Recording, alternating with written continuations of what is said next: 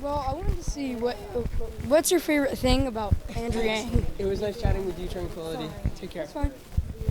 So what's your favorite thing about Andrew Yang?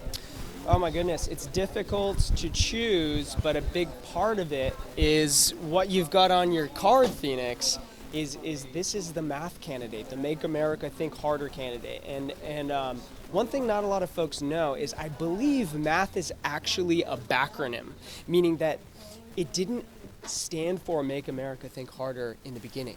At first, it was just math, right? And so he was a candidate who was standing for making Americans, do the math and think through what the objective facts are.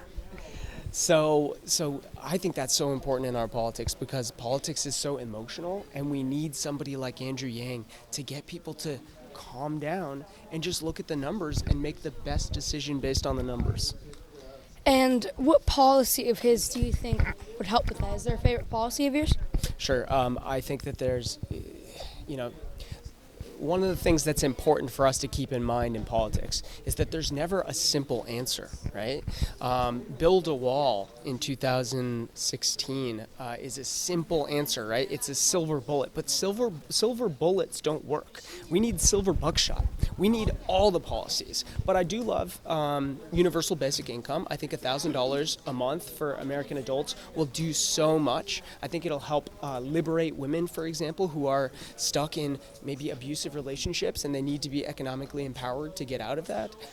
Democracy dollars is another great revolutionary policy that's going to get money out of politics. His Medicare plan is just chock full of solutions. So it's all about the silver buckshot instead of the silver bullet, the single solution. We need all kinds of different solutions. And now, giving people $1,000 a month, it sounds good to maybe people who are in poverty and lower income. But what's the income limit? Let's say you make $500,000 a year. Are you still going to get that extra $1,000? All right, so Phoenix, you're right. You bring up a really great point. But right now, the way the income distribution is in our country, there's about 78% of Americans that couldn't afford a $500 surprise expense, right? So this is going to help the vast majority of Americans, and we're just going to give it to everybody. One of the reasons that's important is because politically, this isn't going to be divisive at all. Everybody's going to benefit from it.